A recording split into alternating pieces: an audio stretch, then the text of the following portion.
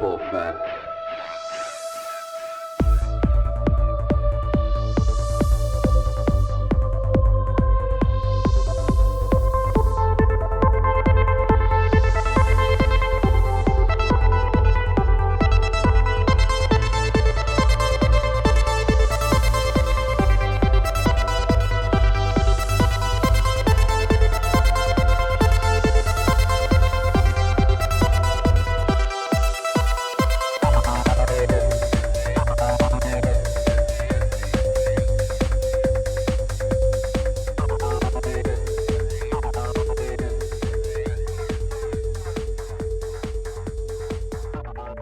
What's up? Another episode of Ripple Effect Podcast. I'm your host, Ricardo Renz, also known as Ricky Vance, and a great episode for you today. Today we have the gold standard in the alternative media community, somebody who's been on my show a bunch throughout the years. I'm a huge fan of his. He was a huge influence on me getting started doing the Ripple Effect Podcast. He was one of the first guests ever on the Ripple Effect Podcast, and I can't thank him enough for always taking time out of his very, very busy schedule to come on the Ripple Effect Podcast. Who else but James Corbett? He's done some timeless documentaries throughout the years, things like How Big Oil Conquered the World, Why Big Oil Conquered the World, The Century of Enslavement, which goes into the history of money in the Federal Reserve, The Crisis in Science, or Crisis of Science, one of the two. You can look for it on his website, CorbettReport.com. Of course, it'll be in the show description. And that documentary is really good because it shows all the bullshit that goes into the peer-reviewed studies and how flawed the whole system is and all the money interest and all that stuff. But time after time after time, he just releases great, timeless, well-researched documentaries over and over again. Tons of great documentaries on 9/11. So there's so many rabbit holes you can go down. Just go to CorbettReport.com, search any topic you're interested in. If it's a current events thing, if it's a historical event thing, whatever you're looking for, you'll find an interview, you'll find a podcast, you'll find a documentary on the topic. And he has a little search thing. I believe it's on the top right-hand side when you go onto his main page. So please check him out. I got the idea of doing open source, doing my shows open source from him. Two huge inspirations when I first started my show was Joe Rogan and James Corbett, and they seem like two drastically different worlds, and now it seems like the worlds are coming together, and they're talking about similar topics and interviewing people who are talking about similar things, especially during this whole COVID thing, and that's kind of what I'm referring to. But anyway, so do that. Support people like him also. I've been a supporter of James Corbett for a long time. I've gotten a lot of value out of his shows and learned a lot from his podcasts and documentaries. So the least I can do is contribute a little bit. He's probably the person I've been contributing to the longest. And of course, I'm going to get into this, kind of leads me into the next part. This is a value for value show. Speaking of contributing and supporting content creators, which we do need to do if you can support each other. And that could be sharing, reviewing, subscribing, telling people about these content creators. You can do that. But financially, if you can't support my show, there's a couple ways of doing it, and let me put in perspective how little I need everyone to contribute to finally do this full time. If everybody just contributed $1, I could do this full time easily. Everybody who downloads, everybody who watches the videos, if everybody contributed just $1 on Patreon or donated via PayPal once a month, $1, I could easily do this full time. I could upgrade stuff. I could do a lot. I could finally get a chair that's not old and uncomfortable because these chairs are actually pretty expensive. But my point is, it doesn't take a lot if everyone helps out a little bit. And if you do contribute even just $1 a month, you can participate in our Patreon podcasts, which are always super fun. I've just done a couple recently, and I try to do them once a month roughly. And it's when I do a podcast with just my Patreon supporters. And if you're a Patreon supporter, you'll get the Zoom link. You can participate. You can jump in. You can listen. You can stay for as little or as long as you want. You can connect with other people in the community.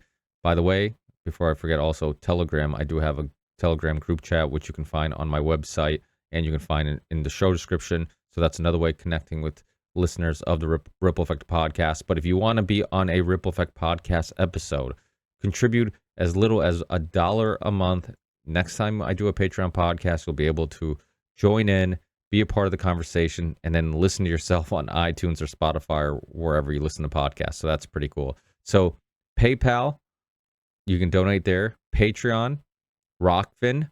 Rockfin is a video platform, kind of like a YouTube alternative, and you can tip content creators there. You can watch their videos. Like my videos are all free there. I have one show called Ricky Rants on Rockfin, which is an exclusive podcast only for premium subscribers. But there's tons and tons and tons of free videos.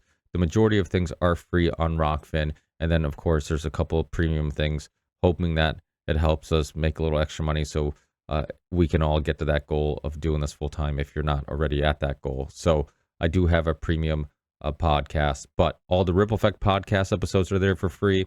All the Union of the Unwanted episodes are there for free. And we live stream the Union of the Unwanted on Rockfin as premium content. And then within 24 hours, roughly 48 hours, it's available for free on Rockfin, the video. It's also available on Odyssey, and it's available on all the audio platforms. So you can listen to it after 24 to 48 hours. But if you want to watch it live streamed right when it happens, you can subscribe to us on Rockfin and watch the premium content if you're a premium member. But you can also just use it as a YouTube with alternative media, because obviously there's not much of it on YouTube. So those are all the ways you can support the show financially. But like I always tell you guys, if you can't financially support the show, please do not go broke trying to support my broke ass. Go try to just share the show, review the show. If you have time, write a review, rate the show, subscribe to the show everywhere that the shows are located. And if you go on my website, rickyvrans.com or the rippleeffectpodcast.com, both URLs will bring you to the same place. You can click on channels and you can find all the places you can find the Ripple Effect Podcast audio and video. You can also click on contact and you can go to all the different social media platforms I'm on if you want to follow me, my personal accounts or the Ripple Effect Podcast accounts. And you can also click on support to find my merch store, which now we carry hats. If you guys want to get a Ripple Effect Podcast hat, and definitely check in from time to time to see if I upload any new merch, if we have any new merch available. But be one of the first ones to get a Ripple Effect Podcast hat, and also tons of mugs and hoodies and tons of awesome stuff on there. And so there's plenty of ways of helping and contributing to creating this Ripple and making this Ripple as large as possible. So from the bottom of my heart, thank you everybody who does rate the show, review the show, send me donations via PayPal. And many times they come with awesome messages and really just sweet messages that are inspiring for myself. And also the reviewers, people who write these reviews. I do read them from time to time. I actually start reading them more often than not recently because they've been positive. Like I haven't run into a negative review in a long time. So that is really awesome and inspiring. And I just love hearing from you guys. So if you do want to connect with myself or other listeners, like I said, go on my website, find a Telegram link for the Ripple Effect Podcast group chat, or join my Patreon page and join the next Patreon podcast. Thanks, everyone. Hopefully everybody is being as optimistic as I attempt to be all the time. I think we're winning this battle, and I hope I'm right. So I love all of you, and I'll talk to you on the next one. Peace.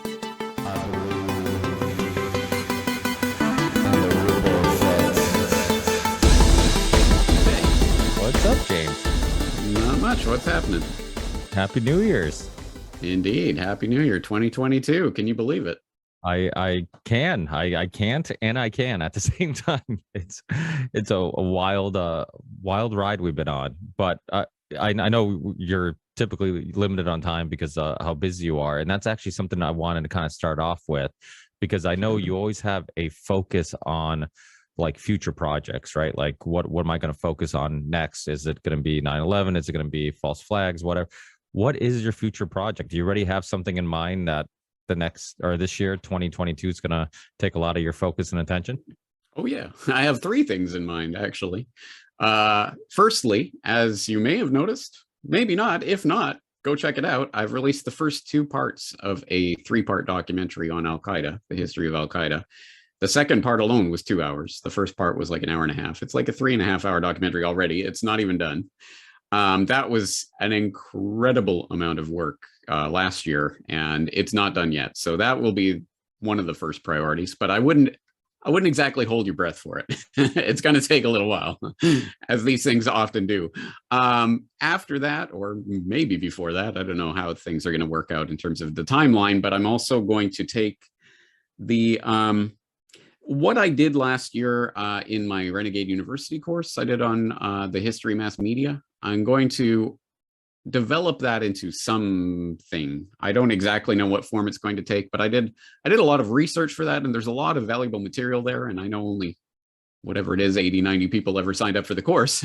I'd like to get it out to more people than that. I think it's important information, so I'm going to be developing that in some way. And oh, by the way, do you remember the World War I conspiracy? Remember that documentary? Remember it ended with "to be continued." ... That's right. Yeah. Maybe I might finally get around to the continued this year. I hope I do, because I really should have had it finished by this point. But at any rate, the world intervened in the past couple of years, in case you didn't notice. So, so I have a lot on my plate for this year in terms of big projects, and of course the million other little projects I'm working on all the time as well. Is there anything like COVID related that you think you want to spend some time focusing on? Not in terms of like some sort of, I don't have a plan for some sort of documentary project or something like that. Obviously I'm going to continue to cover events as they unfold. And I think one thing that I'm going to have my eye on for this year and in the coming years, I imagine it'll take a few years for it to come together, but I know that just late last year, they started announcing that they're going to start looking at a global pandemic treaty, because of course the chaos into the order. We have seen the chaos of the past couple of years and people shutting borders and flights getting canceled and all this craziness. We can't live like this. We can never allow this to happen again. Now we're going to need a global pandemic treaty through the auspices of the WHO, and it's going to have teeth to it. And eventually, this is the formalization of the biosecurity state. I've been talking for a couple years now. This is from Homeland Security to biosecurity. And this is where we start to see the teeth of the new biosecurity state. It will not be at the nation state level. It will be at the international level. And there will be some sort of mechanism by which some bureaucrat or bureaucrats at the WHO type level, maybe not the WHO, but something like that, will be able to flip a switch and say, okay, now we're going to lock down this country and people will be barred from entering here, and we're going to send in troops and pandemic response team to come in over here, blah, blah, blah. So that's where I know this is going 100%. It's just a question of how long it takes to get there. So I imagine I'll have something to say about that this year. And then whatever happens with the ongoing rollout of the bioweapon and the response to that, and how that ends up playing out in the next few months, who knows?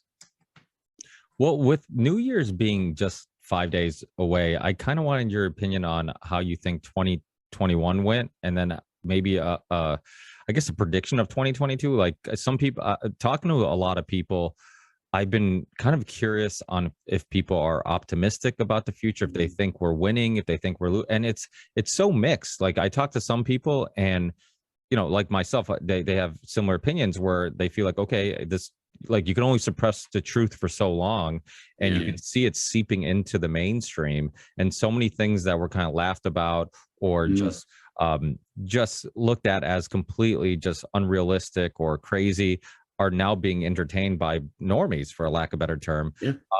How do you feel? And then I've also heard people say, "Oh, it's going to get much worse before it gets better," and I'm like, "Well, it's been pretty bad." So yeah, that's true.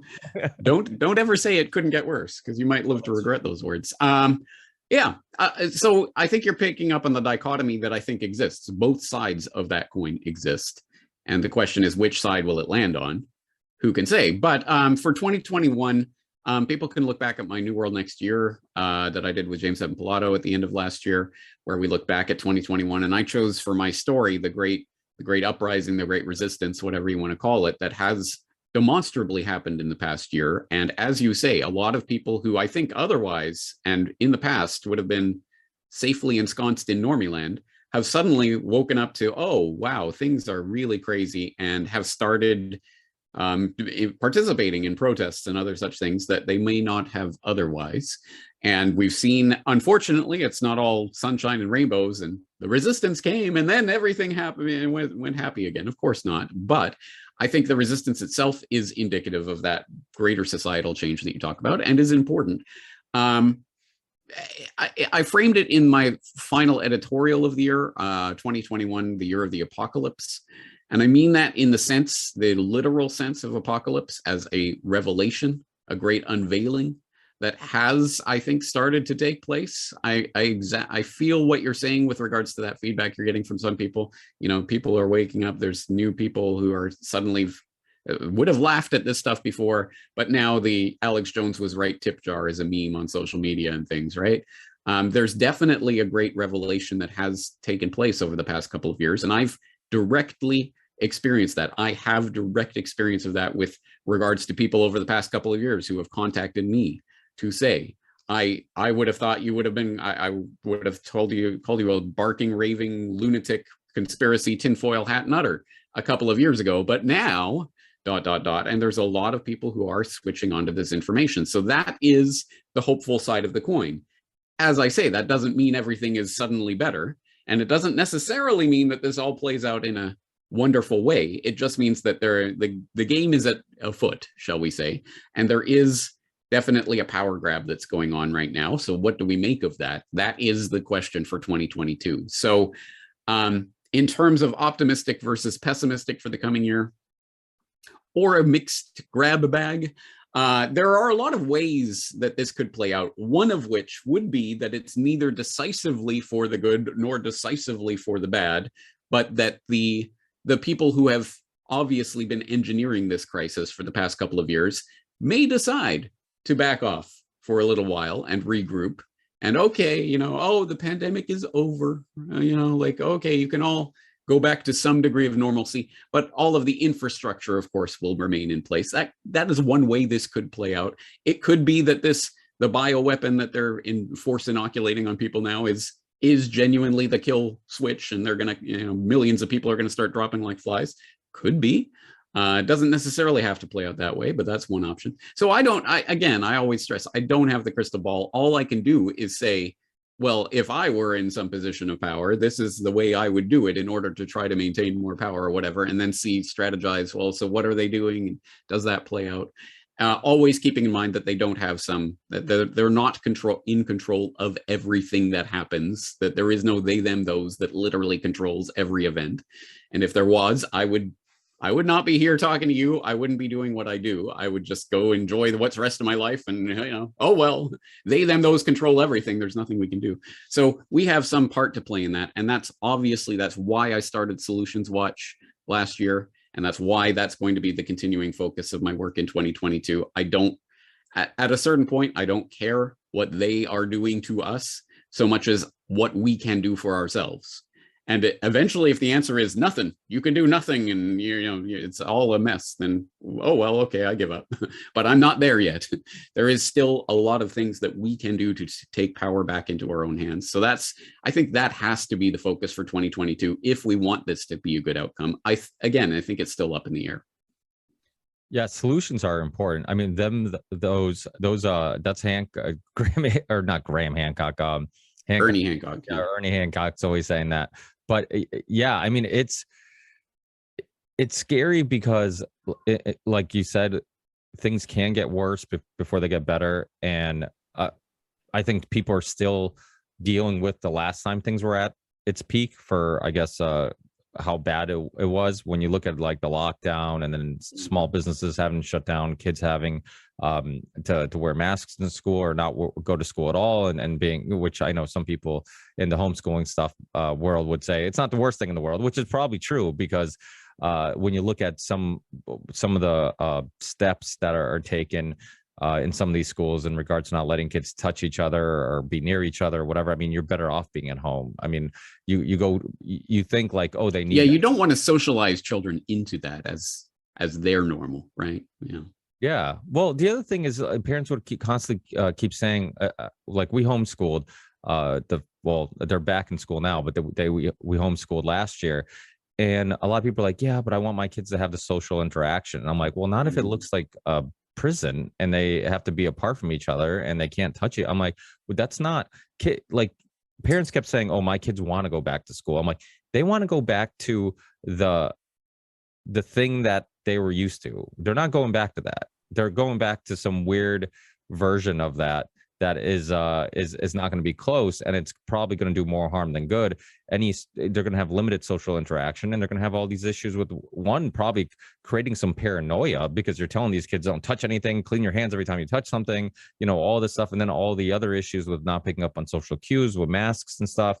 I mean, the whole mask thing just drives me effing up a wall because again, and we can go down this rabbit hole how none of it makes any sense, like the logic of kids just having it's about compliance, not science. I mean, if kids drop their mask in the bathroom or they drop their mask at recess, if they drop their mask anywhere, cough in their mask, sneeze in their mask, no teacher's replacing it because they're just happy that they're wearing a mask.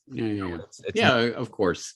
You pick up on an important point there, which is it is kind of the dual nature of so many of these things. Yes, it's bad that the system that we've been in is collapsing, but it's good that the system that we've been in is collapsing. And again, it's what you make of it and how you proceed from there. And it's not just the collapse of the schools, but what was the other aspect of that I was just thinking of? It was something exactly like that, where, yes, okay, so school students have to stay home. Well, homeschooling is now an option. But there was something else I was going to pick up on that exact. Anyway, it'll come back to me. But there's a lot of aspects of that, and again, I think that goes back to what our focus is, and that's, I'm doing my part, whatever I can, to move the needle in terms of the independent media, so that people stop simply focusing on this bad thing happened today. Let's report the news that they're reporting in the mainstream, and then we'll dissect it for the lies. Let's just continue doing that forever and ever. Amen. No, thank you. Let's talk about what we can do productively with what's happening before us. And again, it's more than, I mean, it is just a perceptual shift. It's a shift in our focus, but it's more than that. As you know, I mean, it's our conscious intent that we take into any situation is what that absolutely determines what we're going to get out of that situation. And if we go into something simply concentrating on what is being done to us and how we're victims and we can't do anything, then how are we ever going to affect anything from that? Of course, yes. Whereas if we take something that, oh my God, this system that we've been living in is collapsing, then if we go into that with the mindset, what can we constructively create out of that? Then we're going to get something very, very different. And unfortunately, I still see a lot of people in the independent media who still just want to chase the tail of the MSM and just talk about what the MSM is telling us this day or that. Yeah, it's great that you can deconstruct the lies, but what do you do with that? That's the only question that matters at the end of the day. Yeah, it's weird because I've talked to some people that during all this, they're just like, you know what, I want to start my own community. I want to do homeschooling. And like you said, we kept resisting the term the new normal so much. Oh, go ahead. Sorry, it just came back to me. Sorry, as you're talking. That's the other thing I was thinking. A record high or a super high number of people have just quit their job in the past few months. I think 11.4 million in the past month or something like that, which is a terrible thing. People are losing their jobs, right? Or is it a terrible thing that this job I've been stuck in at this cubicle in some corporation working for the man doing this thing that I don't really care about isn't going to pan out because they're trying to force me to take a bioweapon or whatever? Hey, suddenly I have an opportunity to do something different with my life. Maybe that could be a good thing.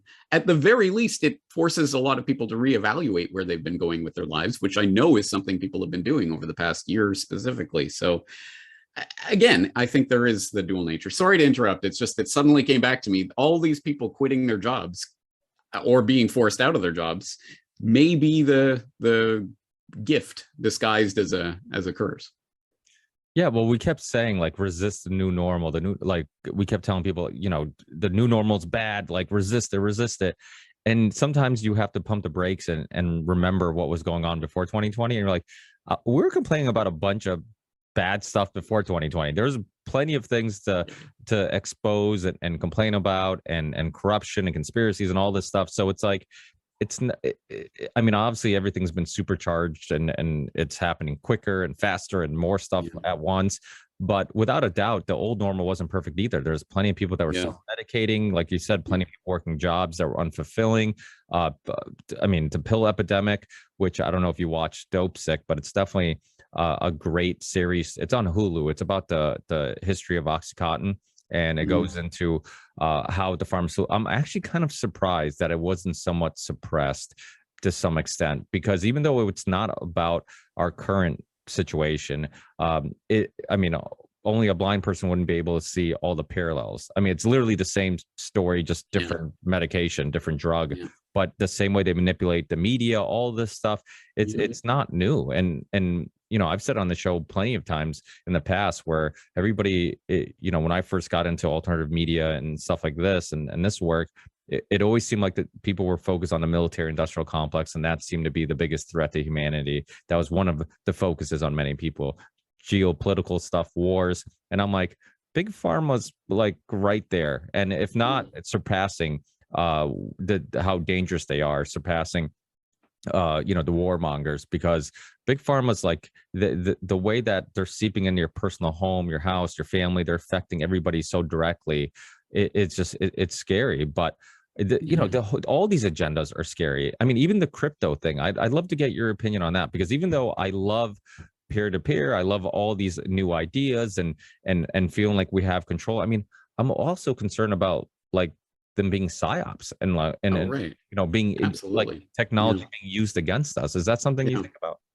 Oh, of course. Yeah. I stand by. I did the Bitcoin PSYOP in 2018, I think. Anyway, a few years ago. And I stand by exactly what I said in that podcast, which was about the idea that the Bitcoin PSYOP is the PSYOP that makes you believe that all versions of this new technology are all the same thing. And it's all just this big homogenous identity of just monolith that you have to either completely accept in every form at all times or completely reject in every form at all times, both of which are a form of mental illness, I think, the inability to differentiate between things.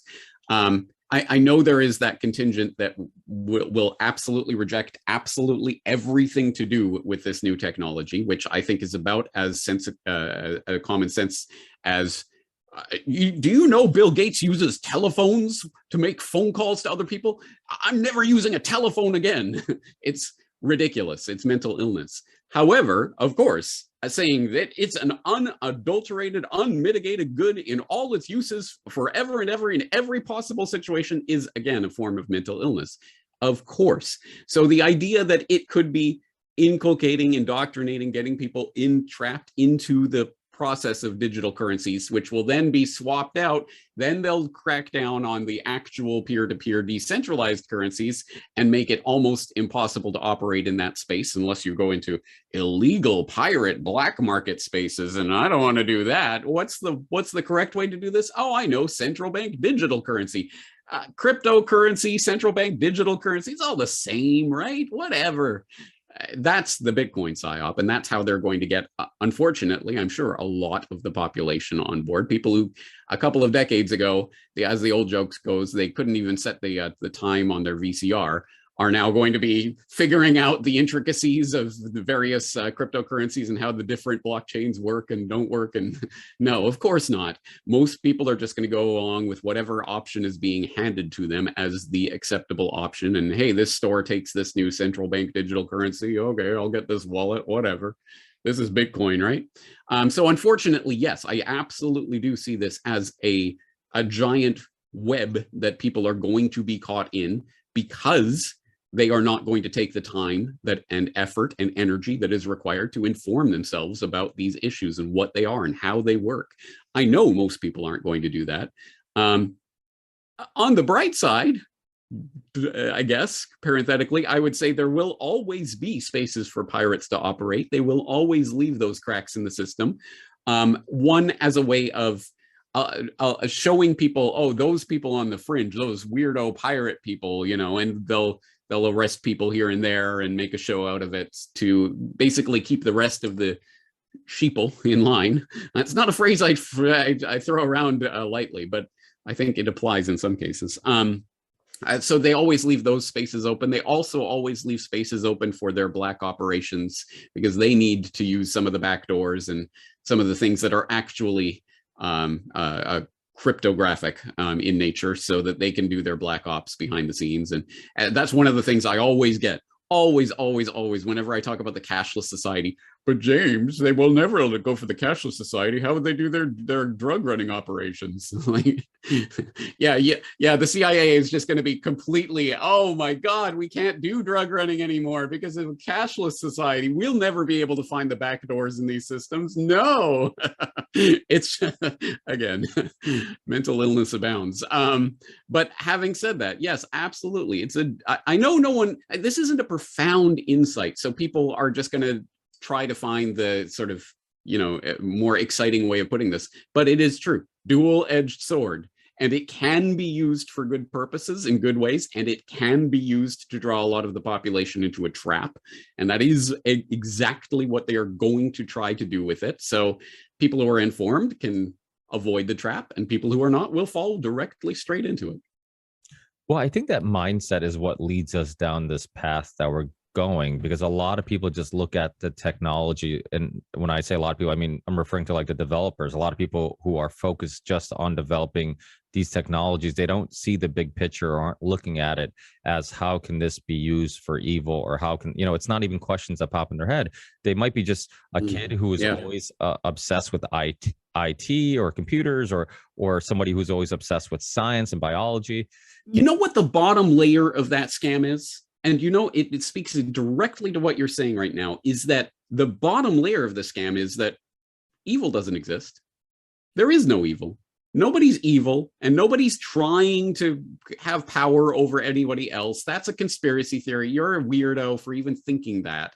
Nobody wants power. Nobody's trying to gain power over other people. There is no evil. That is the lie by which most people can be manipulated. Because at base, I know most of the people that we interact with on a daily basis, at the very least, aren't literal psychopaths. They may be good or bad people, in general terms, but they have some moral center at some point and understand and can differentiate good and evil. And most people don't desire that kind of utter power and control and I just want to have power over people's lives. So they cannot imagine that mentality.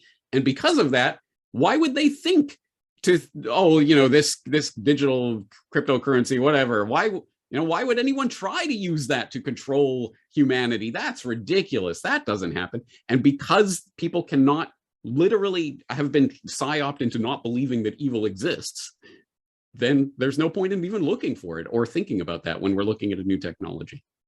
Yeah, I think sometimes people, like I said, like if you're into science or if you're, look at a Dr. Robert Malone, who now has been outspoken about the technology that he was a part of inventing. And I'm sure all those people, when they were in the process of putting their minds together and figuring out this, trying to solve this problem, they could never foresee what was going on now. And I think that does happen. But like you said, you never want to take that to the next step and think like, oh, every situation is like that. Because I think one of the issues we are seeing a lot, and I've said this a lot on the show, so apologies for listeners who keep hearing me say this, it does feel like some type of spiritual battle. And you look at people like Dr. Peter McCullough, and I don't think Dr. Robert Malone, but Dr. Peter McCullough and some of the other doctors I've had on, and people who are very outspoken, even like Del Bigtree, Mickey Willis.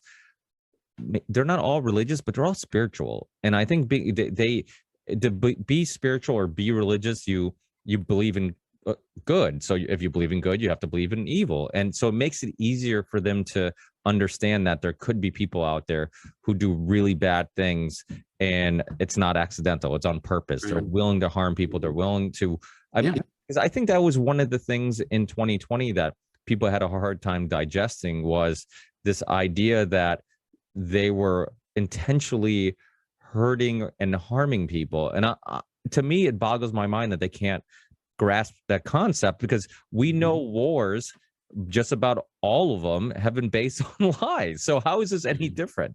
Yeah, exactly right. It is a mental shift that needs to take place for most people, because most people grow up believing everyone's kind of like me. yeah, there's some differences, but everyone kind of at base kind of thinks like me and is kind of working towards the same things. I want to have happiness and whatever, wealth and fame and whatever for myself, but I don't want to stamp on people's face in order to do it. So no one else is doing that. Once you make that perceptual shift, then the question becomes, okay, so there are evil people who genuinely do lust after power over other human beings. How do they achieve that? And once you start to look at that strategy, then you start to go out of comic book conspiracy land, where it is like every single person who's involved in the development of this technology is an evil person who's trying to control everyone. No, that's cartoon comic book stuff. I don't believe that. I think most people are actually well-meaning and, as you say, can't even envision how what they're working on in this little piece of this particular part of the puzzle is going to add up to something nightmarish and dystopian in the future, because I'm not working towards that. I'm just doing, I'm a scientist solving this little puzzle. It's very interesting. Oh, look, we could do amazing things to help people with this. Oh, wait, we could do amazing things to harm people with this, but no one would do that, right?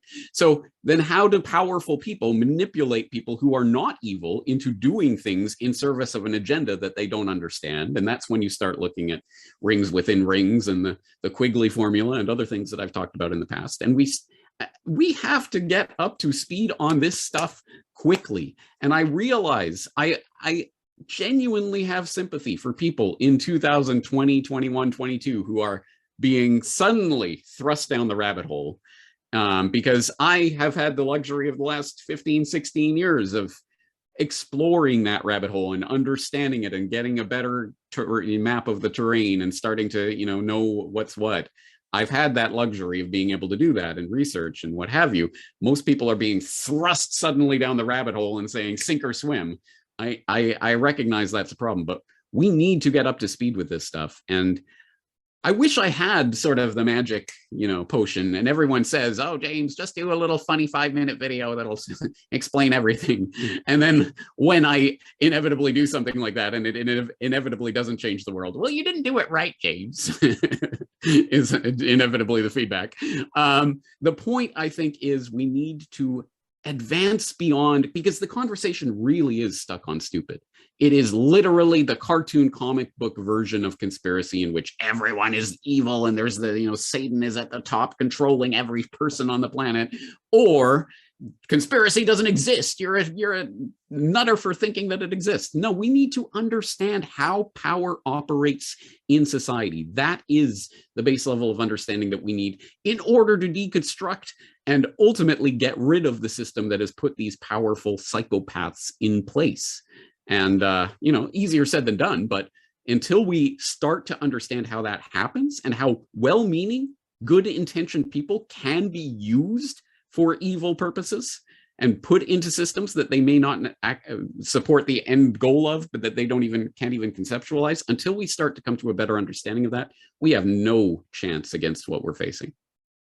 Well, that's the thing about the Bitcoin, right? So Bitcoin, I'm like back and forth with it.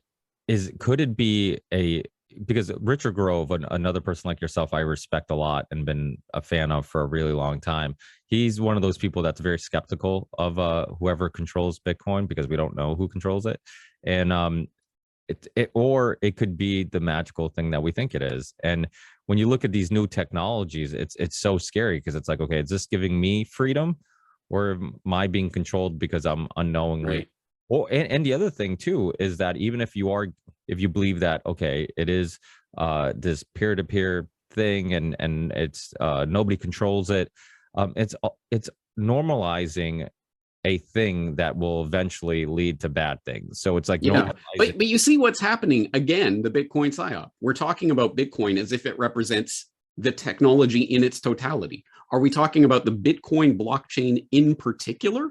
Or are we talking about Bitcoin and Tron and XRP and Monero and Pirate Chain and the 18,000 other variations that exist of this technology, all programmed in different ways to operate in different principles, doing different things?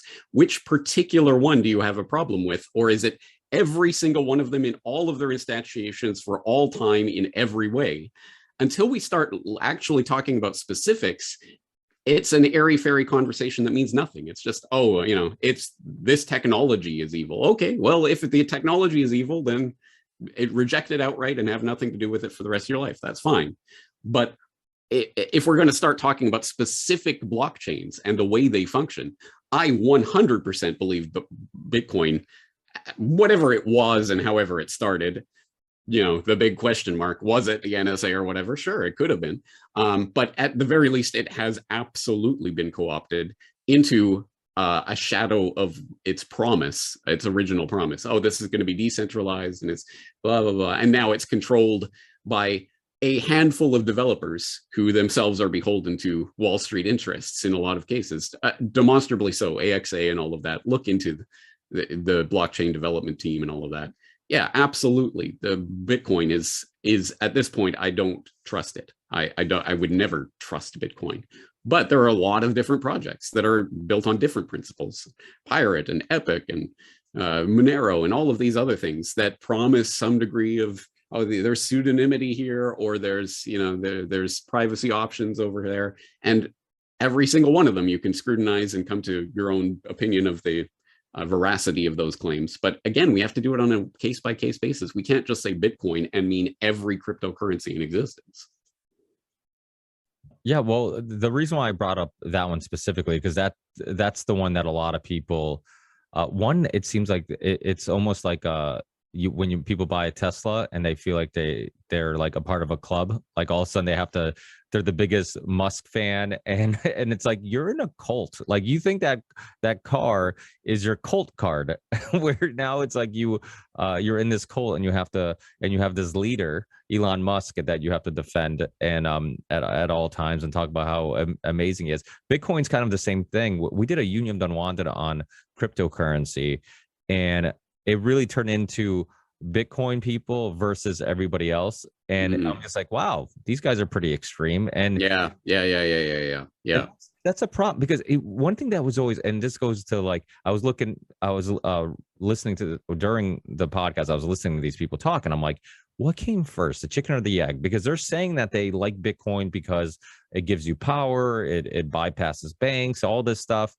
But they seem so extreme and so into Bitcoin specifically. It almost seems like, and I think we all have to catch ourselves from doing this. It's like we find something we like, then we kind of look for reasons to defend that thing we like. And I was curious just listening to these people talk. I'm like, how many of these people were about like these libertarian ideas and these freedoms prior to Bitcoin, or are they just using that to defend? Yeah, I think a lot of the people who've joined the space in the past decade perhaps are more on the, hey, this is a good bandwagon and I'm sure I can make some money out of it. That is the way of things. And as a result, absolutely, there are people in this space now who absolutely are 100% only interested in making money out of it, and thus are scrambling, falling over themselves to comply and to, we're going to make sure that the IRS gets, this is all done on the up and up with the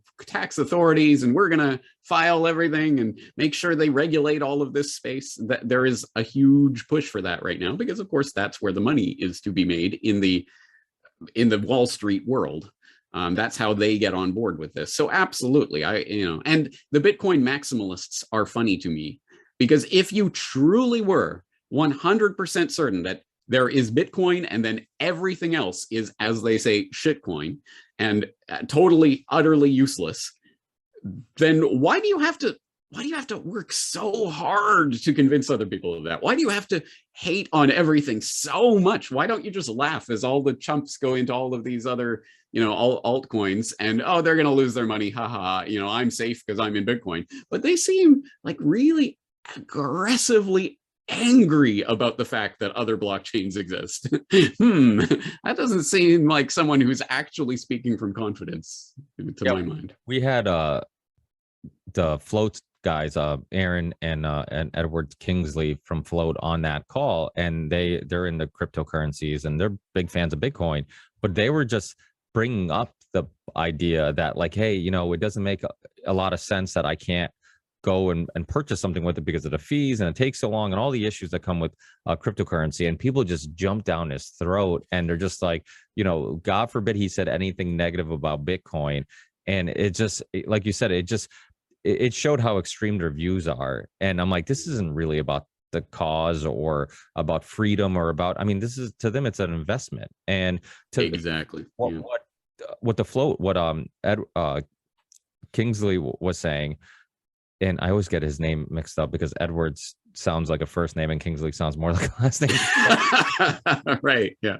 But Kingsley Edwards, he was talking about, he's like, well, that's like the next step. Like we should be trying to find a way where we can purchase something, use some type of currency between ourselves in person for a coffee or whatever, that can bypass the banks and those other systems. And they were looking at it like, oh, that's ridiculous. Why would you ever even want to do that? It's like, which kind of exposed them as like, you guys are really just trying to make a buck. It's not about, and that's the thing about technology. There's other times where technology, like having something like a Bitcoin where you can have transactions between you and somebody else, a family member, a friend, and you can bypass anybody else trying to get their cut in that transaction. And then obviously technology is also the thing we're afraid of, because you absolutely smart cities, you look at all the all the ways they're looking at tracking us and all these things, all the electric cars. I mean, there's concerns with that. So it's like absolutely same technology. Well, look, let's put it this way. God bless the Luddites. I'm, awesome. If you are a genuine Luddite and you can do that in your life, awesome, great, good for you and your family, maybe, ? Although I doubt you'll be able to get your family on board with that, but that's great. Step away, go live in the cabin in the woods without electricity or anything. Absolutely, live the life of purity that you want. I'm 100% on board with that, and all the power to you. But that is not the way humanity is going to develop. It just isn't. It absolutely isn't. I was struck when I was reading the bajillion books and rereading and things for the online course I did on history and mass media. And one of the books that I reread was Amusing Ourselves to Death by Neil Postman, talking about technology and the development of it, specifically in the media. And at that time in the 80s, 90s, when he was writing that, I think it was 80s. Early 90s, he was writing, of course, about television and the television era.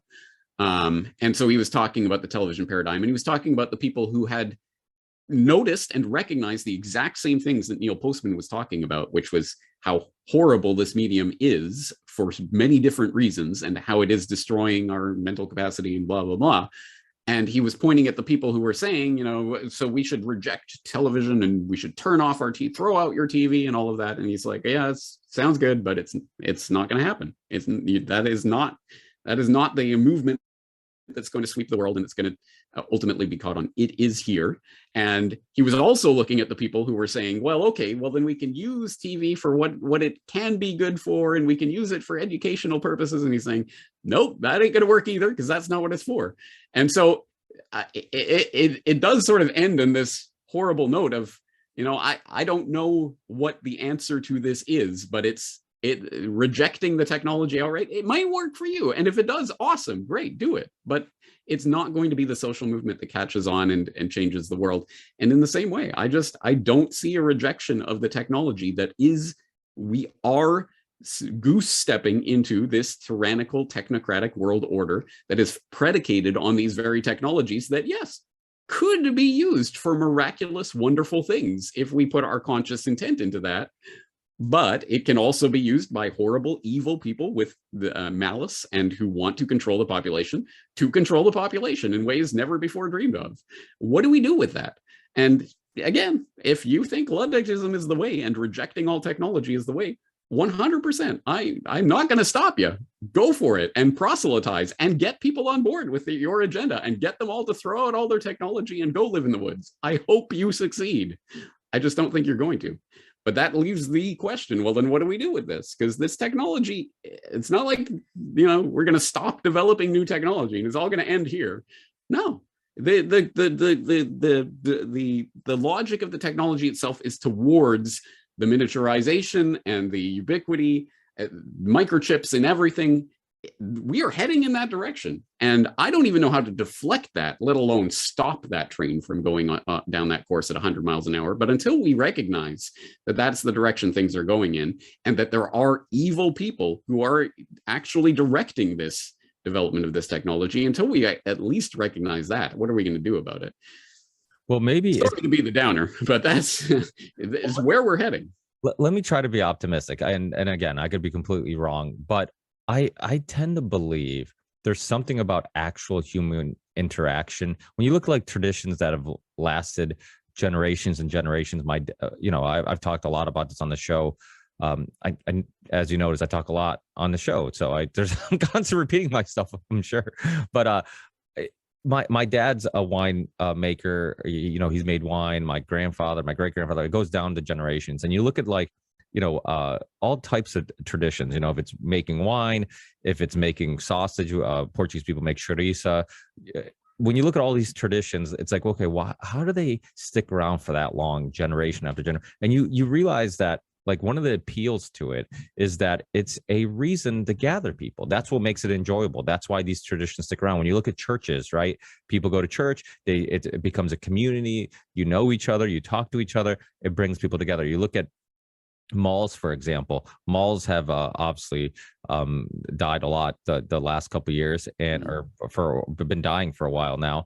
But they're rethinking what is going to be in a mall and what you're going to see at a mall. And what you're seeing now, at least locally from where I live in Massachusetts, your malls have more arcades. They have the sword throwing stuff, like basically activities I know it sounds silly, and they actually let you drink while you do this. It's hilarious. I haven't done it, but my wife's like, it was for like a friend's birthday party. She's like, I want to do something different, and she's like, let's go sword throw or axe throwing. Sorry, axe, like that makes it any better. Axe throwing.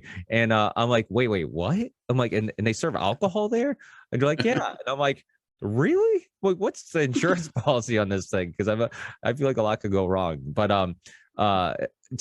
but you look at it, like, I think the reason why they're doing that, and why some of these traditions and these things are so enjoyable, is because we do need human interaction. I mean, you're aware, and you probably even spoke about it on your show at some point, about those many type of experiments that show that human interaction and comfort is our number one necessity. I mean, that I'm recalling, I don't, it's been a long time since I remember reading up on it, but that experiment where I believe they had a monkey that they starved, took it away from its mother, and then there was a maze or something, and it could either go to the food, or it could go to the stuffed animal that looked like it's right. And then went to the stuffed animal because the comfort was more important than the food for certain people. And so that's why solitary confinement is torture. Absolutely, yeah. Just keeping someone in a room by themselves for an extended period of time is torture. Yeah, and so I guess my point of all this is, like, I'm trying to make the point, or at least trying to look at it in an optimistic way, where I feel like we need that human interaction so much, and it's so deep rooted in our survival and DNA that at some point, and you see it now, like you see like younger and younger. I'm a cigar smoker, and I like whiskey, and I like wine, but a lot of these things subconsciously I wasn't even aware of it at the time, but I think I was just attracted to reasons to gather people and have conversation, have these type of conversations. And in the modern day, it's impossible to do that unless you're saying, hey, let's sit around and have a glass of whiskey, let's sit around and have a cigar, because then it forces people to kind of put their phones to the side. And you're seeing younger people do that. You're seeing younger people. It's almost like the further we get away from our instincts or natural instincts of gathering, the more we realize we need it, because we feel like something's missing. And then when you have it, like satisfaction is the death of desire. If you're always around people and you're always having that social interaction, you'll take it for granted. But because we've been so removed from it, when we do have it, it almost seems more enjoyable. And I feel like, in other words, what I'm saying is, I hope that desire for that social interaction will be one of the desires that will get us to fight back against this technology, because I think at the end we're going to realize we're not getting happier. I mean, exactly right. But think about it. The cigars and the whiskey, they're bad for your health. And when you're around people drinking and stuff, you could get into fights, or bad things could happen. wouldn't it be so much better if you could just, I don't know, slip on the VR goggles and enjoy a virtual cigar with other people who are avatars that you're interacting with in a 3D world that's just there right before you, but then you can just take off the helmet and you can be gone. It's so much better for you. See, the best, not the best, but the most effective form of social engineering and manipulation is not to fight human nature and not to put people in completely antithetical to human nature sorts of situations, but to replace those natural instincts that we have with the synthetic controlled alternative, the metaverse, instead of real life icky interaction with real human beings, because the metaverse will be comfortable in anything you want, and you can do it from your own home. You can be in your pajamas, whatever, as comfortable as you want. And so they're going to, unfortunately, I think the social engineers are very much further ahead of most people in terms of understanding what it is that humans want and the way that they can provide that to them, or at least the simulacrum of that experience, without actually the real experience. And it is, again, like social media interaction is, it isn't interaction with real human beings in any sense that we have as human beings. And yet, the more we do that and put ourselves in that space and have those horrible interactions and feel the emptiness inside of these non-interactions with avatars on a screen, the more we do it and the more we put ourselves into it and the crazier we get. And I'd like to think there is that snapping point where people just like, oh no, I don't want that anymore. But unfortunately, I think they're just going to keep trying to refine the matrix, as it were, so that we're more and more willing to jack ourselves into it in order to escape the problems that they've created with their previous iteration of the Matrix.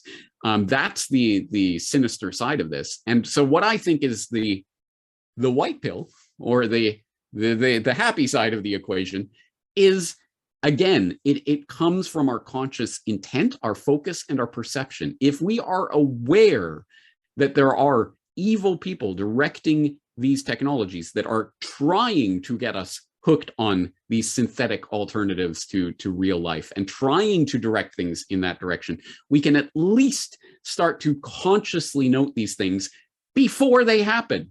Because you better believe I am not strapping on the VR Zuckerberg goggles. I am not putting on it's almost like the reverse They Live glasses. The They Live glasses, you can see reality. These are the glasses you put on so you can't see reality, right? So I'm not putting them on. No, I guess you can fight and physically force them onto me, but I am not consciously going to put myself into this matrix, because I know what it is and where it's going. And I know the conscious intent behind it, and I don't want any part of it. And look, I'm a voluntarist. If you choose, you want to put yourself into that matrix, I'm not going to physically stop you from doing it. And maybe there is a way to do that in a conscious way that, I can limit it and I can control it. Okay, good. If you can do that, great. All the power to you. But at the very least, it has to be our choice, and it has to be a conscious choice. That's what it keeps coming back to for me. We have to consciously enter into the future that is coming. We have to enter into it consciously, aware that bad things exist, bad people exist, people with bad motives are directing some of the most powerful structures in society, not just government, but things above government, as we have discovered over the past couple of years. What's the World Health Organization? What do? What's Big Pharma? It's just a corporation. Oh my God. What's the Bill and Melinda Gates Foundation? It's just some philanthropist. What's going on? Yeah, there are people in positions of power that are above government and are directing things, and they are of ill intent. And again, I think we need the perceptual focus to understand that, so that we can make our decisions consciously. That, I think, is ultimately our answer to this, to understand what is happening at a deeper level so that we don't fall into those traps.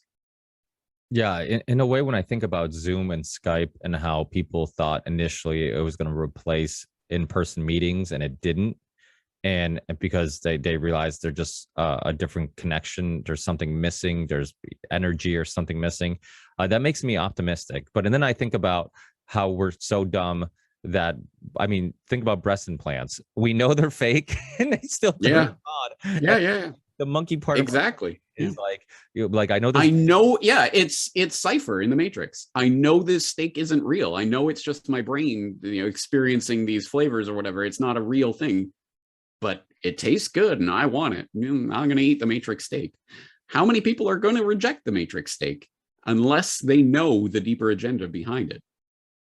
Well, and think about all the years you've said. I've been listening to you way longer before I even started podcasting. But all the years, we would talk about like, hey, the people who are really running the show, you don't know their names most of the time. You don't know who they are. They're not the people that you're seeing on TV.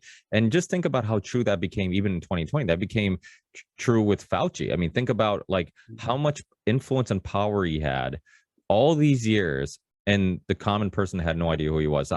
Most people didn't know who he was when he first appeared on TV in 2020, and he was the highest paid government official. Like, I mean, that's so. And then you look at the World Economic Forum, all the like groups that people either didn't know who they were or didn't know how much influence they had.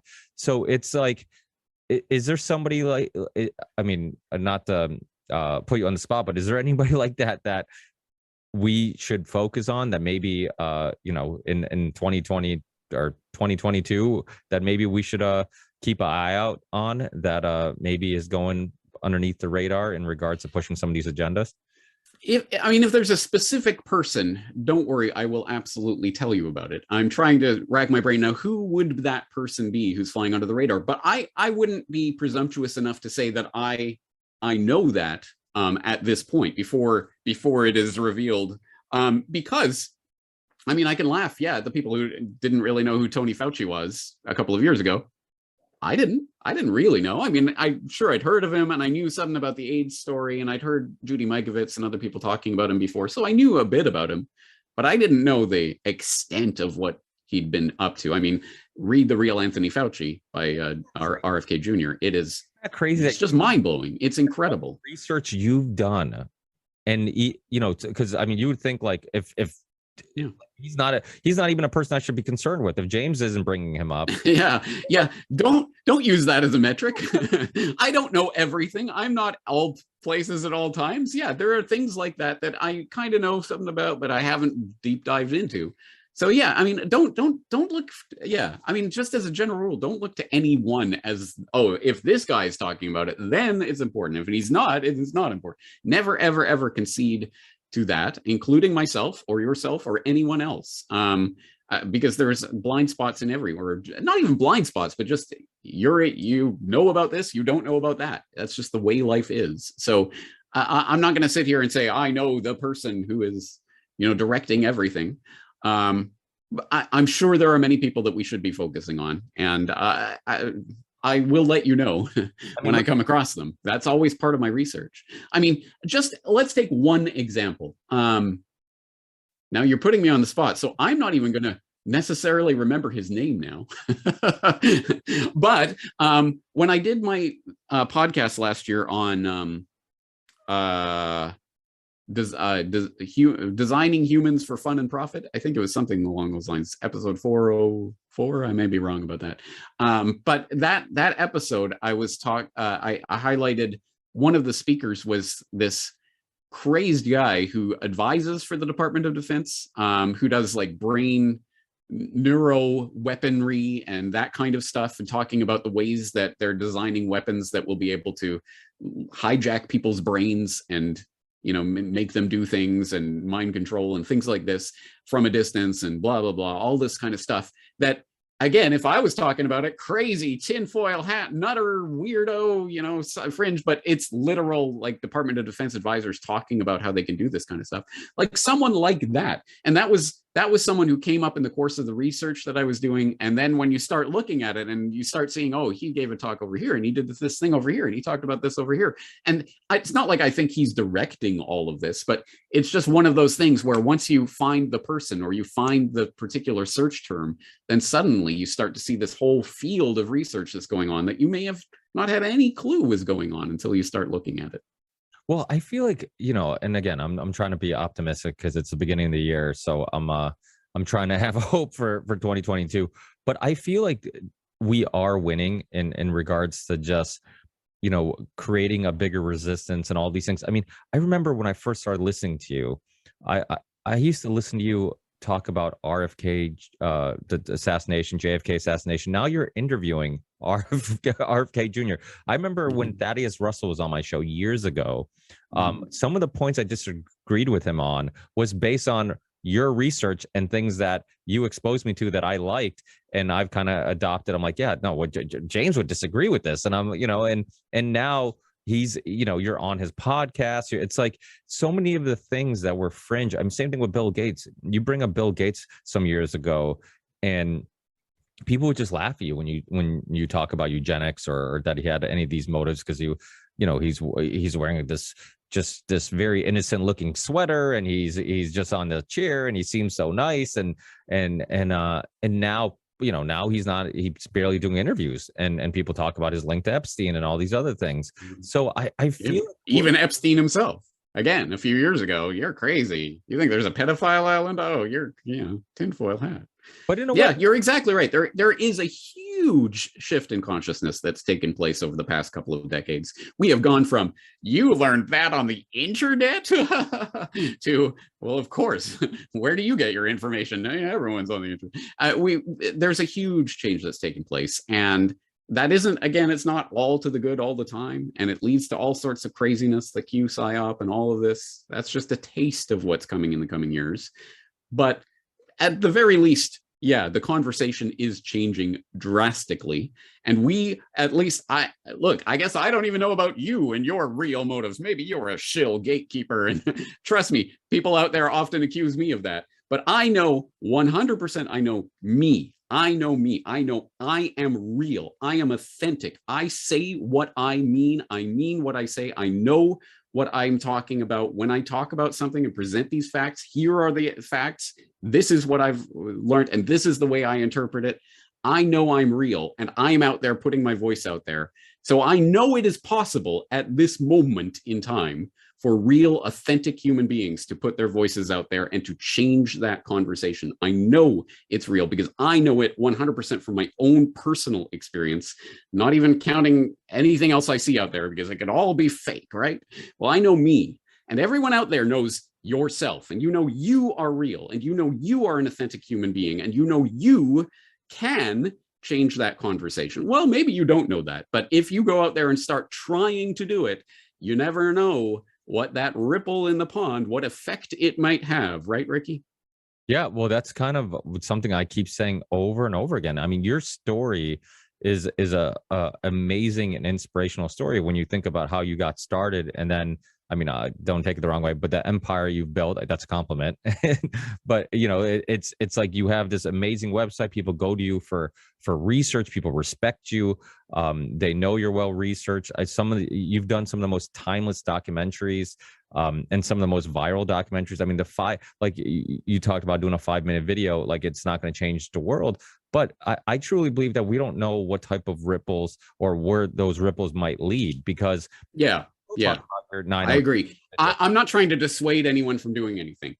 On the very contrary, I am encouraging everyone to do whatever strikes you as being the right thing to do.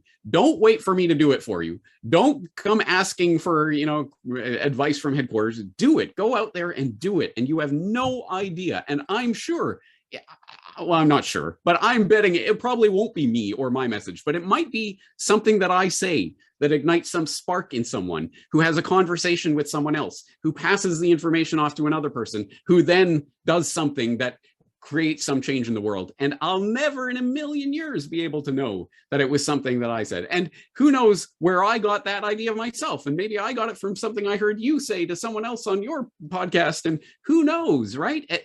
Again, ownership of information is stupid, and a stupid way of looking at it. But all I know is put yourself and your ideas out there into the world, and you have no idea the effect that it might have one day down the line, and you'll never be able to know. So don't look for consolation or solace in that. You might not get famous or whatever. If that's your motivation, I'm sorry, it might not play out that way, but at the very least, you can change the world. And if we stop believing in that, then what's the point of any of this? I bring that up all the time. You think of the most influential people in human history. There's people who influence them, books, music, maybe Absolutely. documentary if it's Yeah. modern time that that are small, that we're unaware of, that didn't sell much. And it could be something as simple as, Martin Luther King at a bus stop having a conversation with a guy who's waiting for the bus, and that whatever ideas they share with one another, it changes the way he looks at the world, and that leads to something else. And so it's like, Let's boycott this bus line. Hey, that's an idea. Yeah, who knows, right? On that note, speaking of being a busy guy, I have another interview actually 2 minutes ago, so I got to get going. Hey, James, thanks for being with me. We'll keep in touch and keep up the great work, of course. Have a great 2022. All right. Thank you so much for having me on. Good luck, and thank you for doing what you do. Thanks. You too. Thank you. All right. Take care.